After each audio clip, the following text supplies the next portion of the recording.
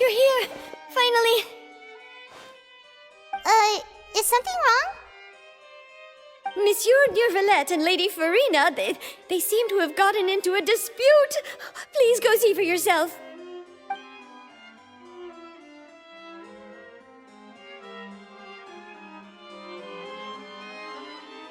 Like I said, I've already explained everything! And yet the problem has not been properly solved.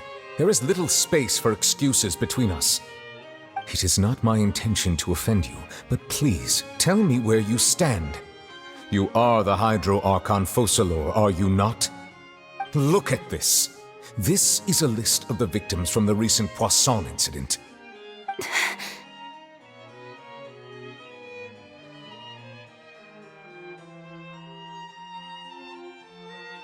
You mean... they're all... We did not arrive in time to avert this disaster, and I will not have it happen again. I will say this once more. You must tell me everything you know. Yesterday, I found 3 stone slates in some ancient ruins near Poisson. Do you know anything about those? Seriously? You're questioning me like this is a court case now. I don't know anything about that. But you found them in some ancient ruins, you say? That's correct, which is why I came to ask you some questions. There should have been 4 slates, but one of them was missing. The other 3 feature different images that seem to correlate to the prophecy. The prophecy? The second of these slates depicts the previous Hydro Archon Egeria kneeling before a floating island in the sky, as if confessing something. Do you know nothing of this either? I don't. I've never seen such slates. I'll ask you again. Do you really have no information regarding the previous Archon? My deciphering of the slates indicates that the Hydro Archon Egeria once had to confess to, or apologize for, a certain sin. If anyone would know about it, it should be you. All gods don't have the same secrets, you know. She was herself and I'm me. Is it really so strange that I know nothing? I understand your concerns, but I'm sorry. I just don't have anything to tell you. Forgive me for saying this now, Lady Farina, but I have long known of your various secret investigations into certain matters. There are several indications that you have been investigating the prophecy on the sly. This is not strange in itself, considering that you are the Hydro Archon. But it is strange that you should also claim to not know any of Egeria's secrets, as well as do nothing following your inquiries. You have never been as superficial as you have presented yourself to be, nor are you a fool. And yet, your behavior is very inconsistent.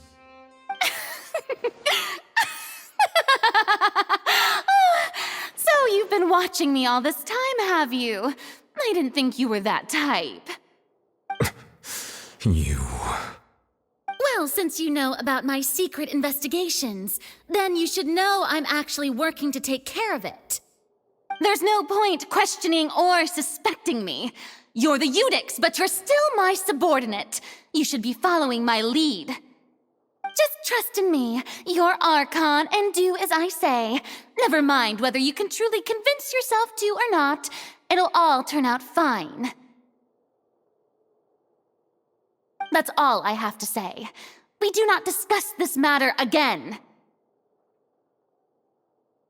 Oh, the opera's about to start. Toodles!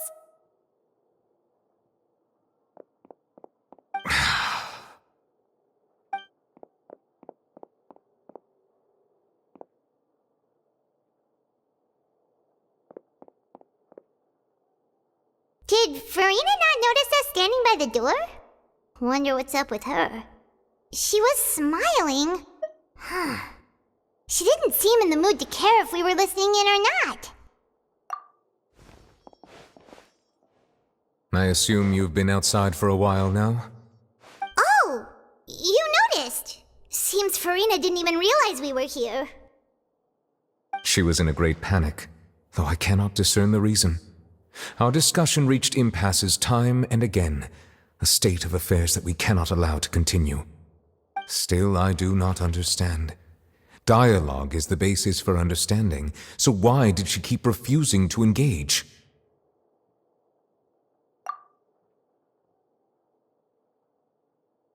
Everyone in her inner circle has noticed that she is hiding some secret. The issue is her attitude. I fear that she will not reveal anything unless absolutely forced to. We may have to create a situation in which she will have no choice but to speak. Oh? Like what? Normally, people will only reveal the truth when standing trial. Perhaps we must have the Hydro Archon experience just such a scenario. But Farina's seen so many trials, and she's really good at dodging questions. How do we make sure that she won't just slip away at the first chance she gets? We will need to consider this thoroughly, join forces with various parties, and then do what we can. If at all possible, I would prefer to recuse myself from this affair, but we must prevent the prophecy from coming to pass. This may be cruel to her, but all Fontaine is in crisis. The information a god possesses is too precious, and so we must take a chance on this. But who will lend us their aid to do such a thing?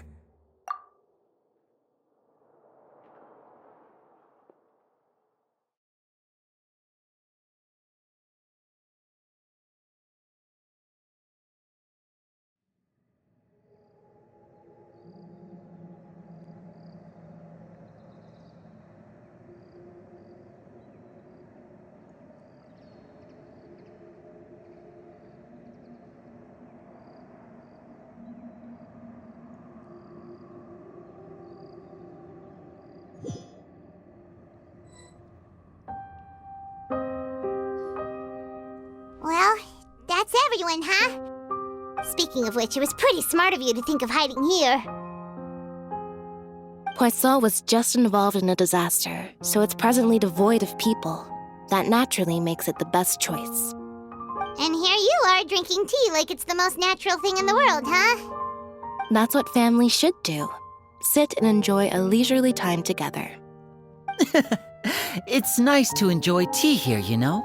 Care for a cup? Lend me your ears, everyone. Or perhaps one of you might like to start us off. How about you, friend? Me? No, I don't think I can. Then, how about you, good sir? I fear that I will cause the mood on this boat to become as somber as it is in court. Well then, I guess we're lucky we've got a local like me to organize things. Wonderful, the spotlight at last. I guess I'll be facilitating things from here. That was a little long-winded, don't you think? Oh, you might be right.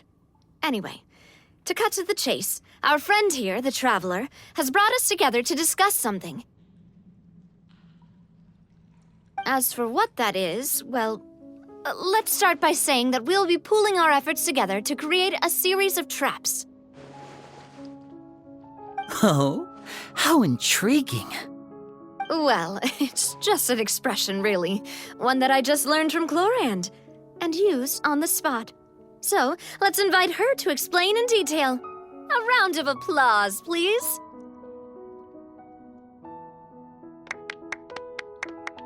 Huh? Didn't you say that you would be facilitating this? Oh, come now.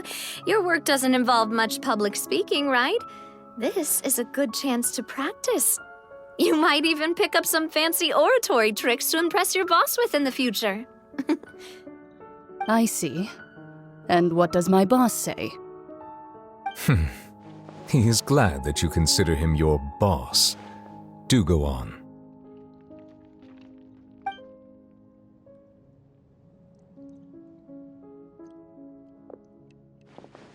In that case, do any of you have experience hunting?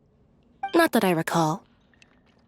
Fremine and I once used a wooden stick in a basket to catch wild rabbits when we were younger.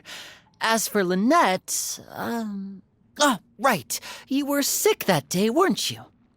I've also gone diving to catch some fish before. Does that count? I'm afraid not. You may or may not have heard, but Fontaine once played host to a group known as the Marechaussee Hunters. Though that was their name, they did not hunt animals, but rather various monsters left behind by the ancient dynasty of King Remus. Today, Fontaine's monster population has already thinned greatly, so the hunters have blended back into society, taking up arms in other lines of work. They even left a unique methodology of hunting in their wake. A trap comprises of the following components: bait, a trigger, and a containment device. Sometimes a lethal implement will also be necessary to deal with the prey. So, if we were to build a trap together, right now, what would you choose to build it with? For me, I would prefer something basket-shaped. Pigeons and rabbits will see the bait and naturally enter the snare.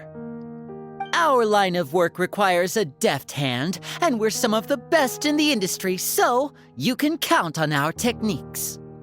You used some of those techniques while moving the people of Poisson, didn't you? My subordinates mentioned that you even performed some magic for the bawling children. Yes, and I even managed to gather some intelligence in the meantime. I'm quite the multitasker if I do say so myself. I'm afraid I can't claim that as my strong suit. I prefer more stable methods, like placing bait in the water and waiting for the fish to come within reach. That's the kind of method I would count on. Calm and steady. Exactly the kind of person who would catch loads of fish. And I can be their assistant. With discretion, I'm sure. I'd probably use some sort of mechanical animal. Papa once bought me some small clockwork squirrels, mice, and such. When placed in the forest, they can attract others of their kind. I remember that you liked those too, didn't you? I did. And that would be a good way to go about it. If they're realistic enough, animals of the same kind will follow them all the way to the trap. What about you, Monsieur Neuvillette? I fear I do not have any related experience. That makes sense. You usually solve problems directly, without the use of any such tricks. But I do have one more question for you, Monsieur. If we were to create a trap now, how would you design it? I would like for it to be effective, but bring no harm to the prey. A more gentle trap would be ideal. Kind, as always. However, our intention doesn't necessarily change the containment device and the type of implement we need.